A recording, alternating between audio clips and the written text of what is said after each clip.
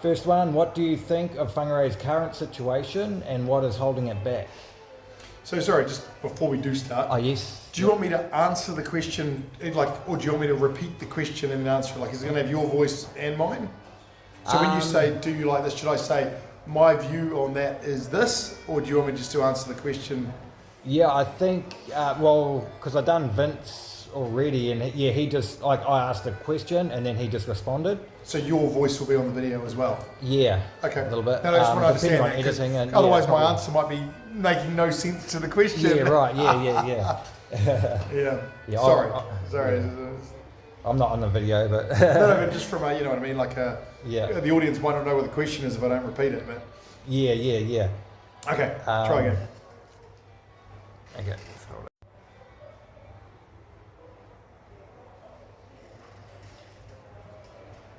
Yeah, okay. So, what do you think of Whangarei's current situation and what is holding it back?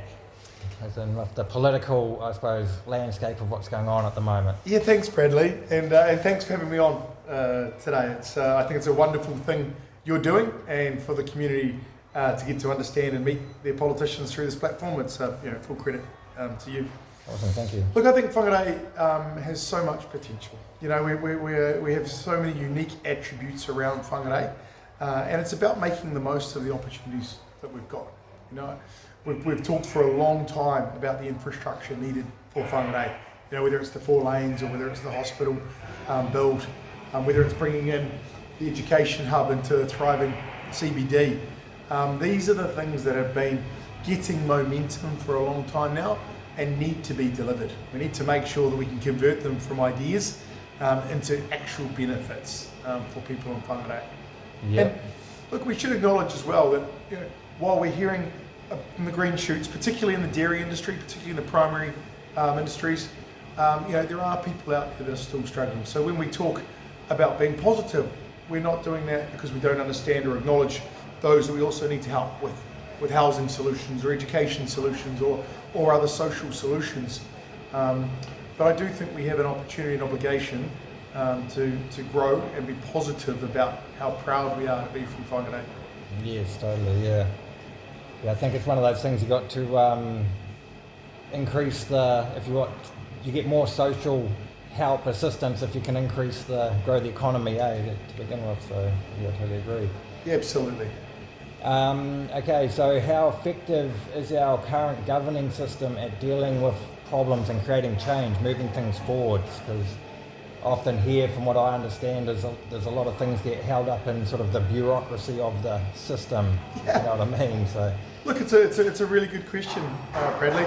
And look, we've got to sit back and analyse when we talk of something like Whangarei, this beautiful place. You know, you are talking about 3 governing bodies at the moment, right? You're talking about a Whangarei District Council that has a responsibility, a Northern Regional Council that has a responsibility, and a government that has a responsibility. And that may be why some people get frustrated in terms of where some of those things are caught out. Fundamentally, I think a good example to look at would be the hospital build. A commitment in the last budget from this national government to just under $1 billion to be spent in Whangarei over the next 5 years. That's going to see things unlocked, that's going to see job creation, it's going to see economic growth. So while there may be some frustrations along the way, I think we shouldn't get distracted by all of that noise because there are some really cool things happening. Yeah. We just had the announcement of the extension of the highway to Tihana. Fully funded, the corridor was built. Yep, that's not all the way to Whangarei. Yes, we need to keep working on a solution to fully connect that up. But again, these things are coming through and we need to keep that momentum going. Is that $1 billion you're talking about, is that the special economic zone or is that as a separate thing already? No, just under $1 billion was the funding for the hospital. Okay, yes. So that's a separate project.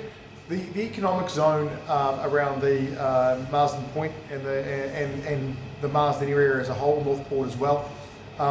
At the moment, that's at its early stages as a proposed, a campaign proposal from one of the parties. Ultimately, I think there's some more meat on the bones we can put around that and work collectively together to find an outcome. Again, looking at that investment into things like biofuels, at Marsden Point, looking into the dry docks for Northport, looking into expanding some of those Northport, The port down there. yeah, so that we've got more bays to dock on, and how we connect that up. So whether that's a special economic zone, or whether that requires infrastructure to unlock it, or whether that requires some sort of capital investment, that's to your point before, we need to work together with all those stakeholders to make that happen. Because that'd be just fantastic for Whangarei. It would be, yeah. It really would. So, yeah. Well, just the more investment and jobs we can create up here, it's gonna, Whangarei will be booming. And investment and jobs aren't bad words, right? That gives our mokapuna, that gives our young Whangarei kids an opportunity to stay here and thrive. It gives them an opportunity to save money and buy a house. It gives them an opportunity to create their own community and give back. So, we can't look at these as being divisive. I think they're actually, as you mentioned, almost a critical part of a successful Whangarei. Absolutely, yeah. Totally agree. Okay, cool, thank you. And what are the most important changes you can see Whangarei needs, and what will you do about it? Yeah, so I always struggle with this, what's the most important, because they come to quite singular issues. So I don't want to dodge around the question, but it's hard to prioritise a single issue, because as we've already said, there are a number of things that Whangarei does need continual investment, as well as new initiatives perhaps to grow. Now, if we can start, we've touched on the 4 lanes, we've touched on Marsden Point, we've touched on the education hub, and we've touched on the health build, the hospital build, right? So there's a lot of things going on. But I think something we need to look at in Whangarei is around our housing.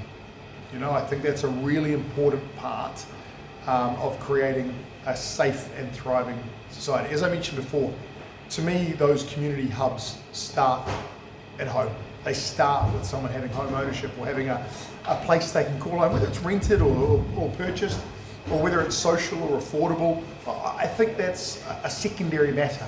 But actually having the supply of stock is really important. And I think it's something that has been underinvested for a long time. This is not a criticism of any particular scheme or government or anything. It's actually just been an underinvestment for a long time. Yeah.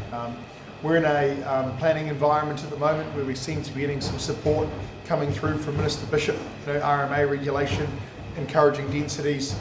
We know that council are on board with looking at where these hubs are to get those that more intense development, and do it in a healthy way, a sustainable way, a warm way, so that these families can get together with a dry roof over their heads and hey Bradley, pick up your bloody rubbish, mow your lawns. Let's be proud of our community, because when we do that, that pride then grows into the other things. We take pride in our work, and our kids turn up to school more often.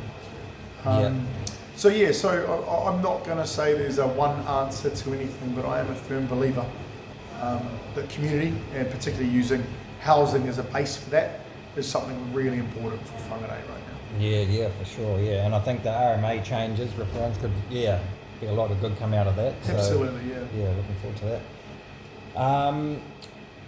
And if elected, what is the one thing you'd most want to achieve in your term? Wow, it's another great question, isn't it? The one thing. So, look, again, for me, this is about Whangarei. So, there's no grandiose ideas on making national change or disrupting any systems. We have to be realistic about it. Whangarei is going to have a new Member of Parliament on the 7th of November. Yep. And whoever that is, I think has a real responsibility to Whangarei. We've got to make sure that Whangarei is top of the agenda. What does that mean? You've got to go to Wellington and learn. You've got to understand how Wellington works. You have to be very respectful of ministries. You've got to be very respectful of your colleagues in senior positions. And I think that gives me, or that incoming MP, a really good opportunity to focus on what is best for this place. So how I think I could hold my head high in 3 years' time would be saying, look at what we've achieved for our people. Look what we've achieved for Whangarei. We've been present in the community. We've been listening to our electorate, and we've been representing the people of Whangarei and Te Tao Tokoroa. to Wellington with the highest degree possible. Yeah, brilliant. Yeah.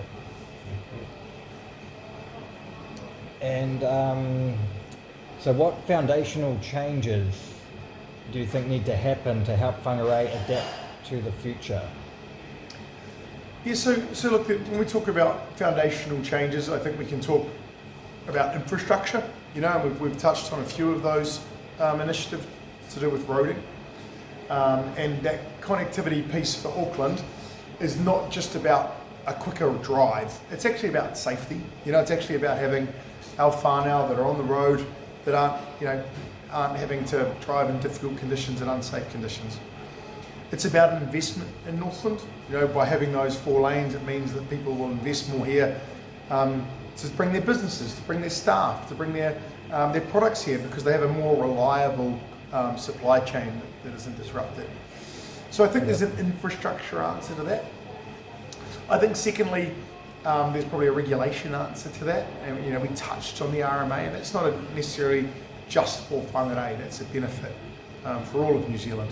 But to have a planning system that encourages more productivity, where we get more value for that dollar spent, I think will be a really important part of the regulatory framework we need for Whangarei. Yeah, totally. And then thirdly, we need a vision. We need to have what do we stand for?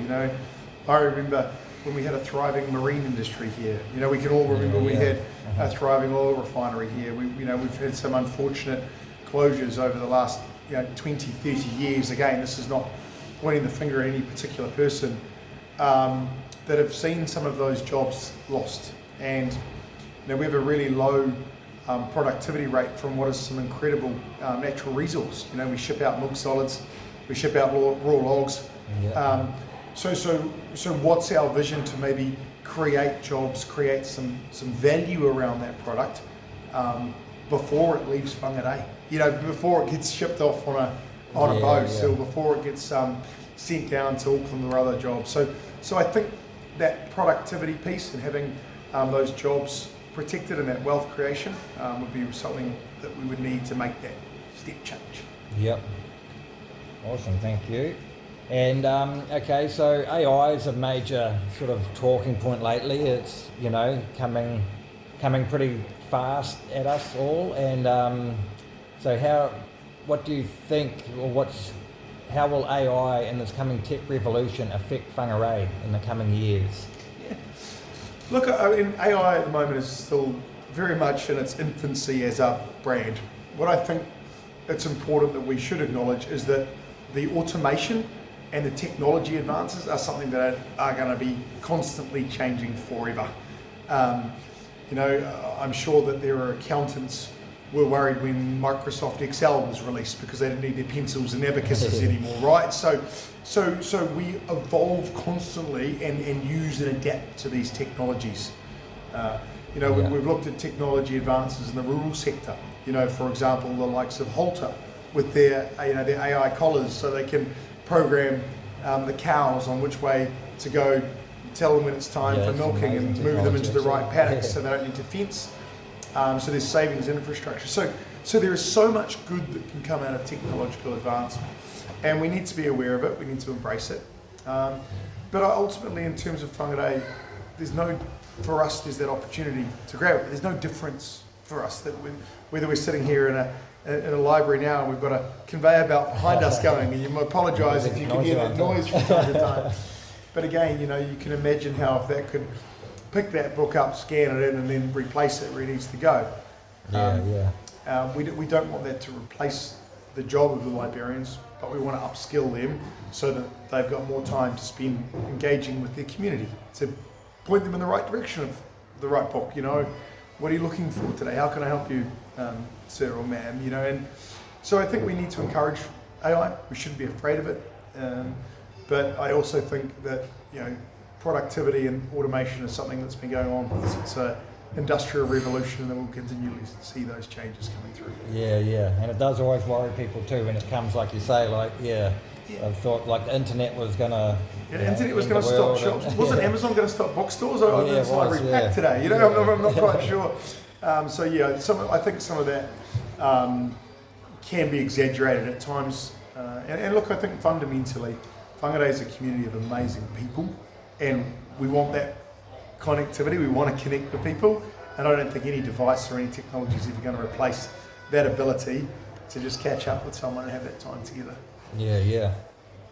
Cool. And so, what do you think of the New Zealand situation politically, and how's New Zealand looking from a political standpoint at the moment, in your opinion? Yeah, so I mean, again, a couple of answers in terms of how you look at politics versus policy. So I think politics, we're not faced with the same issues that are driving some of the outrage around the world. I mean, just today, very, very sadly, we've all heard about the disruption in Ireland, and they've had a huge amount of problem with illegal immigration into Europe, and that's now starting to spill over into the streets, right? That's putting pressure on their healthcare, their education, their roads, their accommodation, their housing. All of that has been, under serious pressure from illegal migration. And obviously America has seen the same thing. So those geopolitical factors that are seeing big swings in people's views aren't so much impacting Whangarei or New Zealand for that matter. I think the stat that Seymour came out with was there's something like 22,000 overstayers. So yes, we've got to do something about it, but it's not, you're not getting, your kids not getting a spot in school, or you're not treated at the hospital because of it. And that, that's a real issue facing the world. And that's seeing this real divide. And I think we should be really proud in New Zealand that we haven't got to that. We're drifting that way, and I think it's up to all of the political candidates to stand up and find areas you can agree. Find areas to work together. Find areas that actually there is common crossover for the benefit of all New Zealand. Yeah. Because if I think of what a House of Representatives is, or a Member of Parliament, and my job is actually to represent the people of Whangarei. That's not about representing this colour or that colour or something else. You're actually there to represent everybody. And I think we've got to stop using individual and often quite really singular or really micro issues as a point scoring, mudslinging, political gain thing. And New Zealand's not there, but we've got to make sure we keep that in check. We're all Kiwis, our number 8 mentality is still the best in the world, our innovation is still great. Surely we can find some common ground here for the benefit of Kiwis and not go down that American style of politics where it's just like, absolute hatred from left to right, and it's just, wild to think. Let's keep that out of here. Identity politics. Identity, exactly. They're very splitting apart over there, aren't they? Yes. So, them versus us. So, is the current governing system effective at overcoming the problems we face? By governing system, I assume you're referring to the MMP environment we're in, and is that what you're saying? Yeah, and just is it enough to get enough sort of changes? I know the Nationals brought in the fast track and stuff like that to try and speed things through, but sometimes it's whatever one like you talked about the divisiveness between Democrats and Republicans. It's sort of one person does something, the next guy's come in and cancel it and whatever. So is the system working, do you think, well, or how do you see that as so look, there's been a big debate about MMP, right? This is the first time there's been a 3-party government. Obviously in 2017 when Winston Peters went with Jacinda and the Labour team, they had the Greens as supply and confidence, so there was kind of but this is the first true 3-party government, and that's probably showing the maturity of MMP. It's 30 years now, right? 2026 is 30 years since it was introduced. So this is our 10th election, this will be our 11th election actually, under that system. That does cause some of this swing, because some of those fringe parties can have so much influence on the government. So I think that is an issue that we need to, not an issue, that's the wrong word. It is something we need to understand when it comes time to the polling booths. And I think some education around what that system means is still lacking. The amount of people I talk to will say, hey, I'll give my party vote for National, but I'm going to give my electorate vote to Bradley because he's done some. It's like people still don't understand which vote is worth more and what actually matters come election day. So I do think we need some education on that. I also think, and it's very easy to go and throw mud and say you're doing this for your own benefit. I'm not, but I think a 4-year term would be really good. It's not about not being accountable. It's not about wanting a job for longer. It's none of that. It's actually that the political cycle gets condensed so much by the time you run an election, have your negotiations, start a government, and then by the time you then sort of that coalition starts to then go in their separate ways, whoever they are, to do their next round of campaigning, you're squeezing that down, aren't you, to probably a 2.5-year window. And I worry that's not enough time to embed some of these changes and see any benefits coming through, which might relate in some of that swing this way, swing that way. Whereas if we let them bed in a little bit longer, perhaps we wouldn't just have to see that. Perhaps we would understand, hey, they're actually doing it for the right reasons. Hey, there is some benefits for us. Hey, this is a good thing. Let's keep moving forward together. That's kind of two different answers, but probably where I sit on the MMP and the term of government. Yeah, that's good. Yeah, interesting about the term too, but it's definitely worth thinking about because it is quite short, the 3 years, and then you're campaigning for a bit, got to come in and establish the new government. So, but just so we're clear, I mean, all your listeners and watchers should just remember the most important thing is 2 ticks blue. Okay, so that's the most important thing. Then you don't have to worry too much. Just 2 ticks blue. Yeah. So what would make New Zealand better? What are the things you think New Zealand is crying out for at the moment? Yeah, again, I think it comes back to productivity. And so I know that word can mean so much, but break it down to its simplest point. How do we create more wealth for Kiwis? How do we create more jobs for Kiwis? How do we create more innovations and products here at home and not be so reliant on the whole world? Look at what happened to our gas prices because we were reliant on a piece of a strait that can cut off our oil supply. We weren't reliant until a few years ago, but that's a good example, right? A fantastic example, but that has to prompt our thinking to what else are we that reliant on that we're not making here. And it's not just about that reliance, but we're losing the skill set for it. There's particular companies that are currently undercutting New Zealand products through their own government subsidies, right? We keep buying them. That's forcing some of our Kiwi businesses essentially out of jobs, out of innovation, out of capital.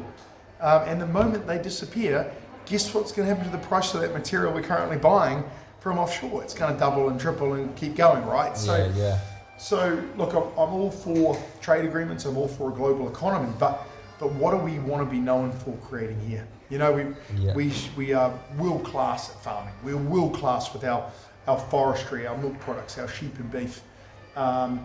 We have had a world class marine industry that's probably fallen off a bit since COVID because we haven't had that talent here.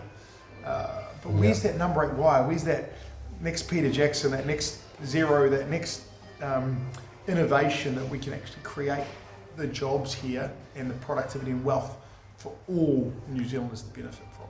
That's what I want to see. Awesome, that's great. And so do we need better leadership in New Zealand? Are we having a leadership crisis? Is that part of the issue? Yeah. Look, I mean, in terms of our Prime Minister, the Right Honourable Christopher Luxon, I think he's doing a fantastic job. I think what he has done in terms of bringing 3 parties together and showing a statesman style of leadership and maturity in that environment in Wellington, I think that leadership has been underrated by too many people, and he's doing a fantastic job.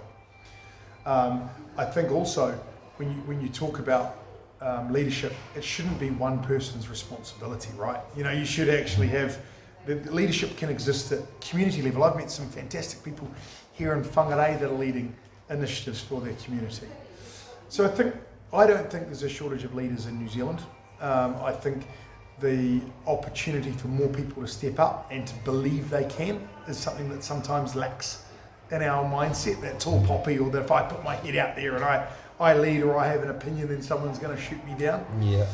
And I think that's maybe something that's lacking. But there's some, I meet some talented people every day right here in Whangarei. Oh no, I can't do that. I need to ask for permission, or I can't do that. No, you can. You can actually be that leader. You can lead your local community. You can lead that sports. You can start that initiative. You can clean up that street. You can clean up that beach. You don't have to wait for one person to make a decision that's going to impact you here at home. I mean, you know, we're probably similar ages. I remember growing up. You know, we had Cyclone Bowler out at Teal Bay, and you know, in late 80s, it was at 90. You know, I was sort of 8 or 9 years old at the time. You know, we got out there and cleaned up. You know, like we're not sitting there waiting. Oh, geez, these roads are bad, and just this climate's bad. We actually, as a community, got out there and did something about it. We got our hands dirty. We got the dads borrowed a tractor from a farm, or got on a spade, or got on a shovel, and actually made this stuff happen. And I just see that responsibility, you know, that maybe as leaders, each one of us can step up and do something to help our community. Yeah. Awesome. Yeah, I think that's right. I mean, leadership is everywhere, isn't it? You know, so yeah. And so what does it take to make progress in the system? Once again, back to the governance functioning. What does it take to drive progress and to progress things for Whangarei, especially like within that system? Once you get down to Wellington, sort of thing. Yeah, absolutely. So the first and most important thing is to have an understanding of how it works. For anyone to sit in this seat and talk to you without being an MP in Wellington, you know, like, you just got to go, hey, just die out a second, eh? Let's make sure we understand the system. You know, I've been working with a fantastic group here in the community. They're looking to get an investment for a conference centre here. So how do they actually access that money? You know, today I was with a small business in Waipu. You know, how do they actually access the golden visa money so they get capital into their business? So firstly, you must understand. Yeah. Secondly, you need a clear and deliverable vision.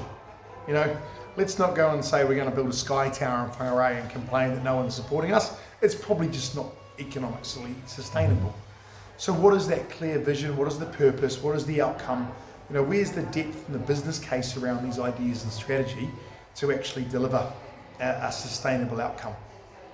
And then thirdly, where is the sustainable and ongoing management solutions to ensure they aren't ideas that become a white elephant or become a big spend but then have no follow through with it? And I think if you can understand, present a case and back it up with sustainable management, then we're going to unlock a lot more than what people think we are. Yeah. That's cool. And so how does New Zealand and Whangarei adapt to, we've talked about it a bit already, but I'm a big believer that there's more of a financial crisis coming, and with debt, I think a lot of countries are running a high debt burden at the moment. Obviously seeing war and trade wars sort of break out around the world. So things are pretty tumultuous out there in the geopolitical scene, and so how's this going to affect us here in New Zealand and especially Whangarei? Yeah, well, Bradley, I mean, firstly, you're 100% right on debt. You know, this government has inherited the worst books literally in the history of the country, and unfortunately, we don't have a lot to show for it. You know, I think our interest bill this year alone is going to go close to $10 billion. Yeah. I just told you before, we're spending $1 billion on the Whangarei Hospital.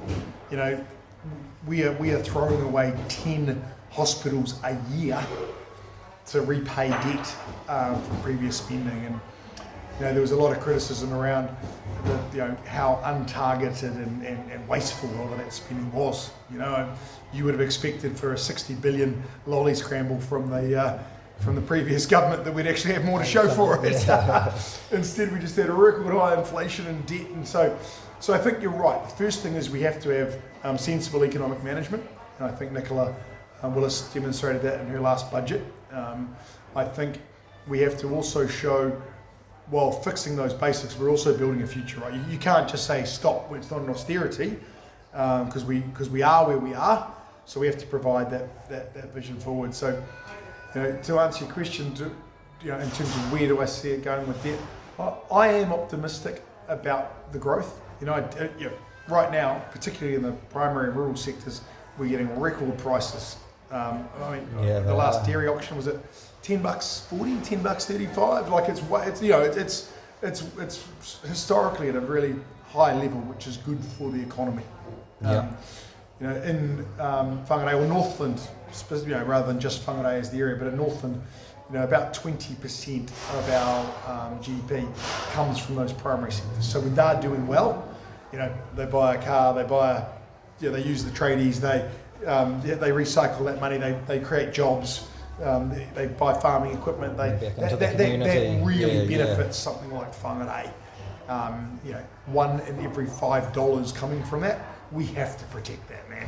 Yeah. But we also have to be sensible. I think throwing around money, I saw a policy last night where, we're going to give away money for public transport. And I think, where's the benefit for Whangarei? 90% of all public transport spend is in Auckland, Wellington and Christchurch. So if we are going to spend money, how do we make sure it reaches Whangarei, and not just Whangarei, but the other regions around New Zealand, other than just the main centres that this policy announced last night? Yeah. Super City gets pretty good, well looked after, But okay, and so what are your thoughts on like the Muslim, like immigration, and this, once again, another thing that seems to be happening around the world, especially a lot in England, and as we talked about in Ireland, this Muslim and the Sharia law, people coming into countries but not exactly fitting into countries, if you know what I mean. So what's your sort of view on that and how to deal with it? I think it's really important that a country retains its identity. I was fortunate enough to live in Dubai for a little while, part of my career overseas. And I learned so much about other cultures, but ultimately I respected what the rules were there, and that set the tone for the way you work, the way you behave, the way you interact with people. And I think we need to set those same expectations here in New Zealand. I know Erica Stanford, as Minister of Immigration, has spent a lot of time looking at those immigration standards and ensuring we don't have this laissez-faire approach that Labor had post-COVID that just opened the doors to anyone. No English tests, no values or cultures tests and things like that, which we're still dealing with, right? We're still dealing with that. Yeah. Specifically, to talk about our particular sect, a particular religion, a particular part of the world, I think it's irresponsible and it's playing a race-bait card that we don't need to play. I've worked in Syria, and I got to meet Sunni Muslims, Shiite Muslims. I got to meet various sects of Christianity. While in Dubai, we met a lot of people. A lot of Indians work there, and obviously we've got a free trade agreement with them. I think if we start kind of go, well, this is that, it becomes clickbait, it becomes race bait. It's irresponsible. The majority of people that I meet want to come here for a better life. They work hard. They want to give back, and they want to see growth for their family. And some of my best friends in the world may fall into those categories, but I call them Kiwis. They're my mates. And that's ultimately aligning to that, identity as a Kiwi.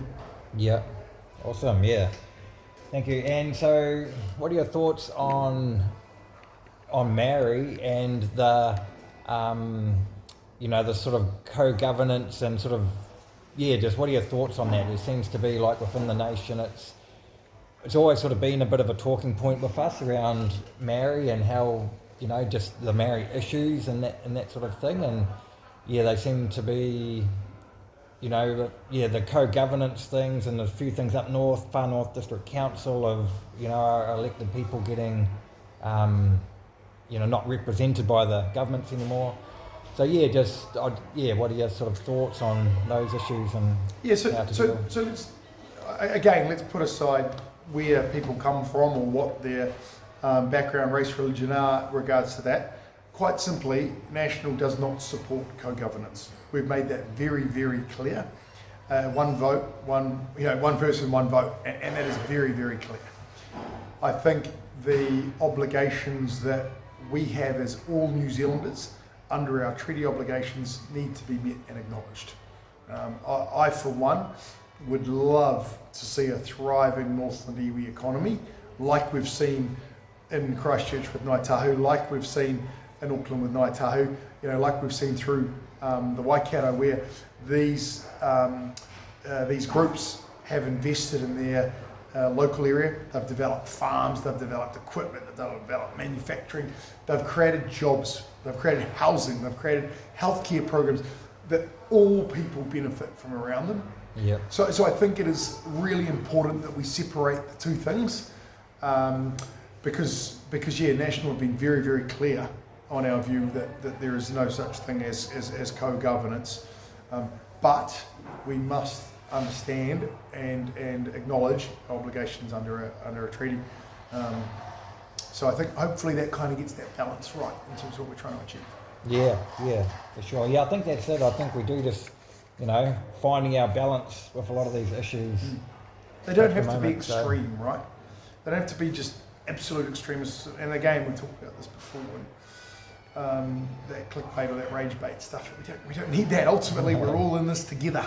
Absolutely, yeah. We've only got one New Zealand, one Aotearoa, one Kiwi identity, and we all need to share and own it. And frankly, be proud of it. Be really proud. I'm proud. We don't seem to have any issues getting in behind our All Blacks or our, some of our sporting teams. Why not for the country as well? Absolutely, yep.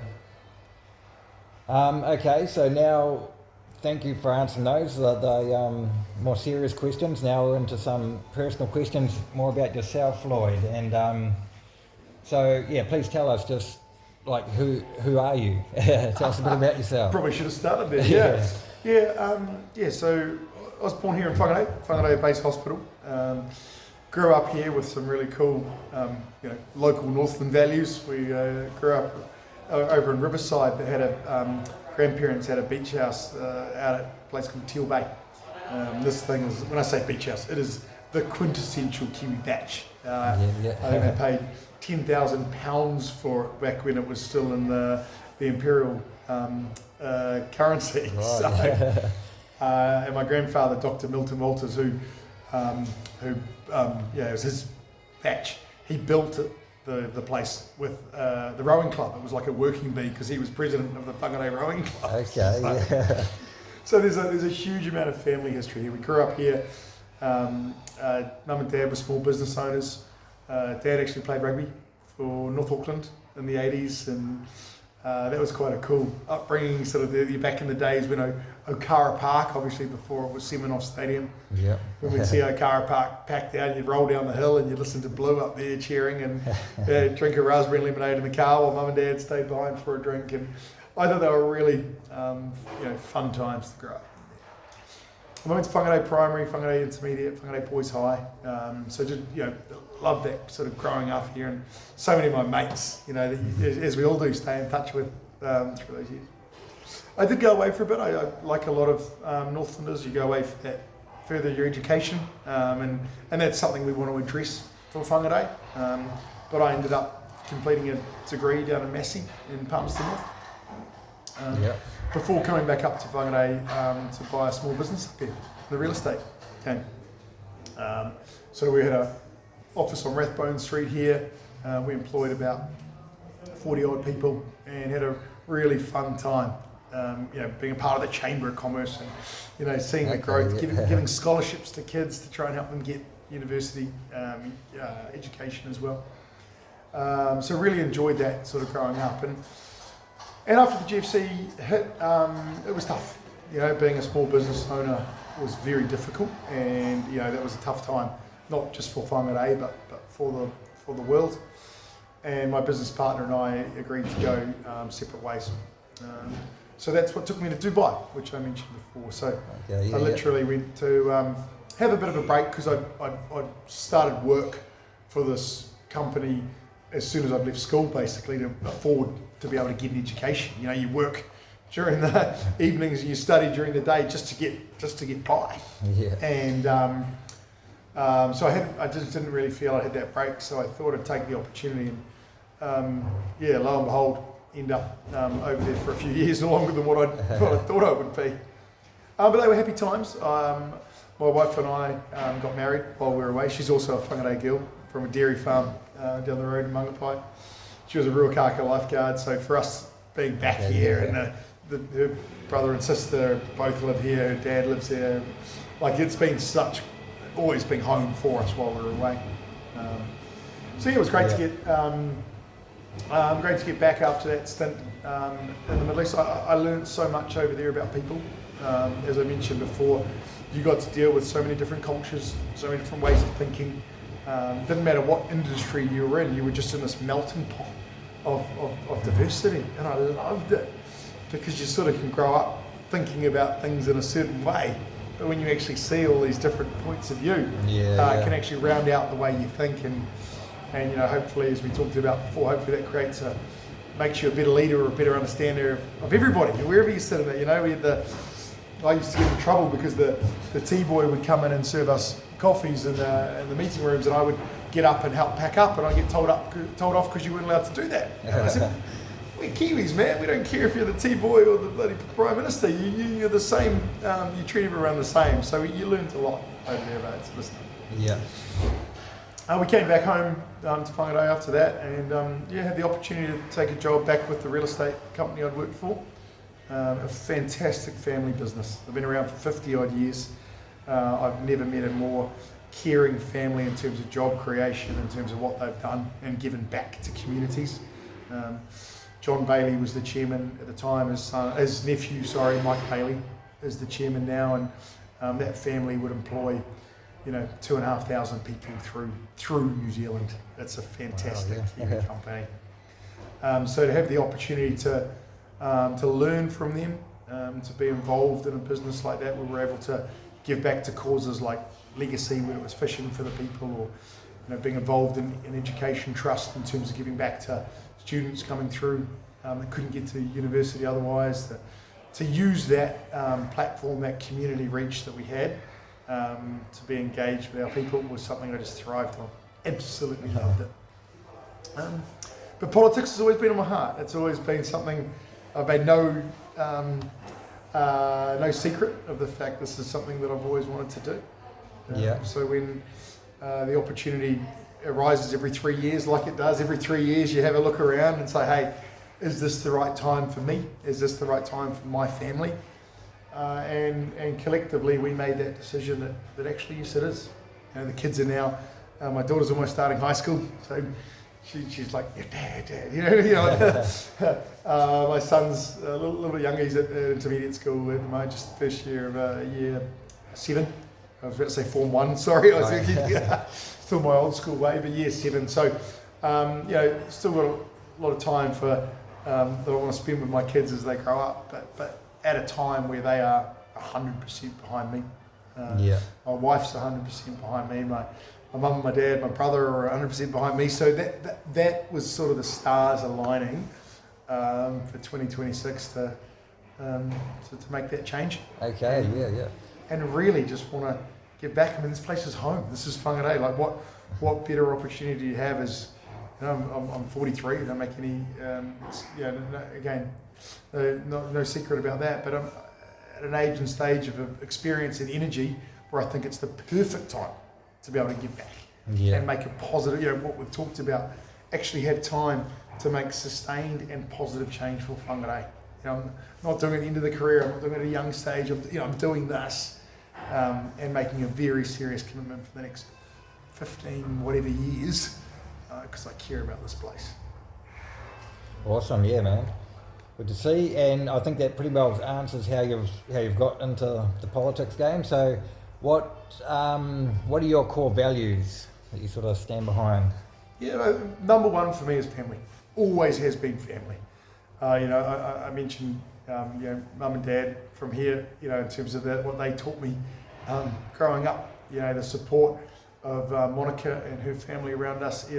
Everything we do is about that. And I think those family values, are probably aligned to most of the whangarei and the way we think and act, and they flow on to community, they flow on to schooling, they flow on to accountability and responsibility. So to me, that's the bedrock. That's family. Yeah, like the heart of it, Yep.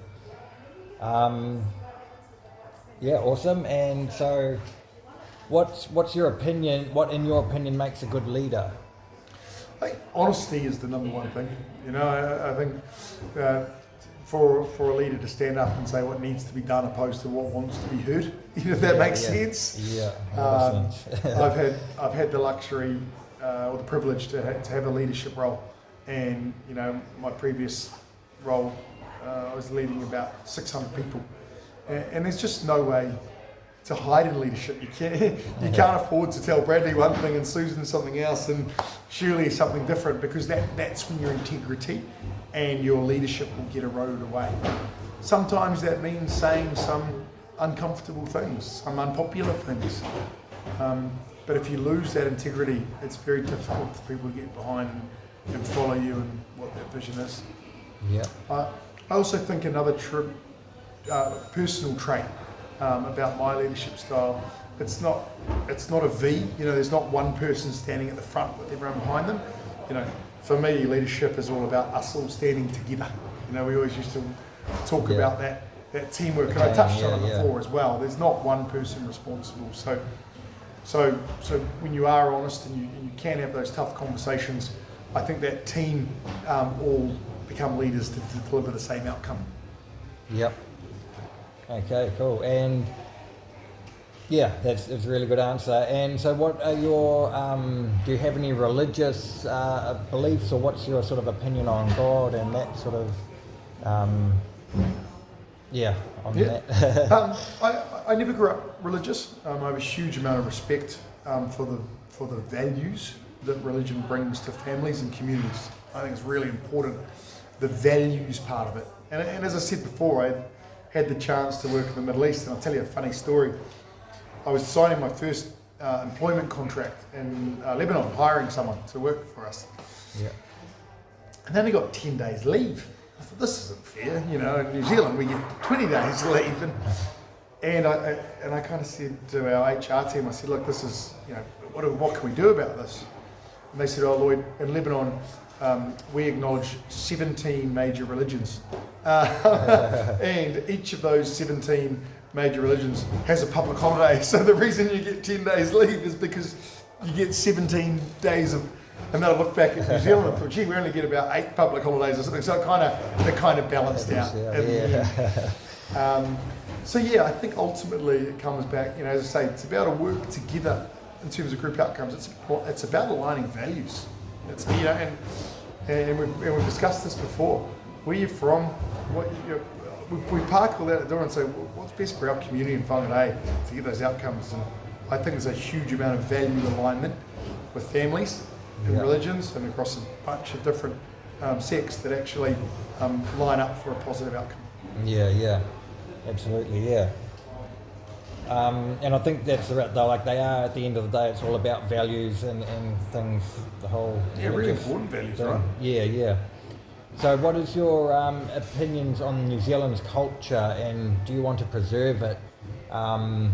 Mainly thinking about, I've heard a statistic recently where apparently, it's where do you call immigration starting and stopping, but the typical Kiwi, as we've known it of the past, is sort of becoming, the minority amongst us living here in New Zealand. So I'm just curious to know.